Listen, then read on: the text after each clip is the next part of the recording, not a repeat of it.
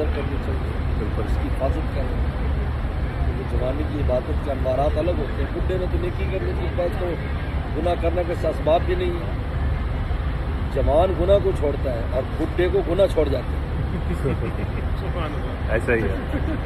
جوان گناہ چھوڑتا ہے. بڈھا ہوگا اس کو کوئی ڈرامہ فلم کو بم مار یار, اس کو کھانسی ہو رہی, اس کو یہ ہو رہا ہے, اس کو وہ ہو رہا ہے, چھوٹی موٹی خبر تو پڑھ لے, دیکھ لے گا, لیکن آگے نہیں جائے گا. وہ آئی نہیں کچھ اس میں. تو لہٰذا اس جوانی میں عبادت کی قیمت بہت زیادہ ہے. اگر جوانی توبہ کر شیبہ ہے پیغمبروں کا شیبہ ہے. وہ پیغمبر کی خان جوانی میں بھی وہ ہوتی ہے اللہ کو راضی کرنا. لہٰذا اللہ تعالیٰ نے نعمت چیز کی خوب حفاظت کرو, اللہ کی حفاظت مانگو بھی اور اس کو بڑھاؤ, دور کو بڑھاؤ اور اضافہ اللہ سے مانگو. تقویٰ اختیار کرو, بس گناہ نہ ہونے دو. تم گناہ کے ساتھ ہی نور نکلنا چھوڑو, سوراخ نہ چھوڑو. 6 مہینے اس کی استقامت کی اس پر, تو وہی اس کی پروفیسر اس سے دعا کراتی تھی. مجھ کو ہوتی ہے حافظ صاحب آپ نیک آدمی ہو, ذرا دعا کر دو. 6 مہینے میں تو ڈاکٹر بن کے اسپیشلسٹ بن رہے ہیں. وہ سب اس کی عزت کرتے اس لیے یار یہ ایک آدمی یعنی ادھر میں دیکھتا بھی نہیں. شعبہ ایسا لیکن سکھایا بلا ضرورت. کیا ضرورت ایسا ہی. ہمارے ٹیچر تھے ایسا, وہ بچوں کو پڑھاتے تھے جب, تو سنس ہمارا کو اسکول تھا تو لڑکے لڑکیاں ساتھ تھیں, تو وہ نیچے نہیں دیکھتے تھے, اوپر دیکھ کے پڑھاتے تھے. تب کے بعد مشکل ہے, اگر اب تک آپ ٹیچر کا آئی کانٹیکٹ نہ ہو اسٹوڈنٹ سے تو سمجھ کیسے آئے گا بچے کو. لیکن ایسا کچھ نہیں. اب آن لائن بھی تو پڑھ رہے ہیں. ایگزیکٹلی آن لائن پڑھ رہے ہیں نا, بالکل بالکل. تقوی سے پڑھائے گا تو زیادہ فائدہ ہوگا. اب آن لائن میں کہاں ہوتا کچھ, وہ گیم کھیل رہے ہوتے بچے ادھر لگا کے سامنے بیٹھے. ایسا ہی ہے. سیونتھ المدینہ اس میں سیٹ مل گئی تو خدا مزے ہو گئے جی. وی آئی پی. والد صاحب والدہ, عام جہاز تھا وہ خراب ہو گیا, 10-12 دن خراب رہا. اور چھولے کھا رہا ہے, بتی بھی کچھ نہیں ہے, کوئی چیز نہیں. کھانے پینے کا سامان تھا بس. 12 دن بس اللہ نے اسٹارٹ کرا دیا, چل پڑا. واپسی بن گئی, ہم نے نہیں جانا. سفینۃ الحجاج میں, مدینۃ الحجاج جیسے بہت زبردست تھا. تو ویسے کئی دفعہ تحریک چلی ہے کہ بحری جہازوں کو جاری کیا جائے, کیونکہ وہ بہت سستا بہت. جی جی جی. لیکن وہ جہاز والے نہیں ہونے دیتے, جس طرح بسوں والے ریلوے لائنیں نہیں صحیح ہونے دیتے. جی جی. ہونے نہیں دیتے, ورنہ بہت سستا پڑے گا. ہمت والے کر رہے بھی سفر. آج کل تو جہاز بھی فاسٹ ہے. جی جی جی. بحری جہاز آج کل تو اچھے والے ہیں, وہ بڑا آرام سے ایک ہفتے میں یا 4 دن میں جدہ پہنچا دیں. بہت سستا ہے, ہر بندہ عمرہ اور حج کر سکتا ہے. بس اس میں پیسے کی بچت نہیں ہوگی.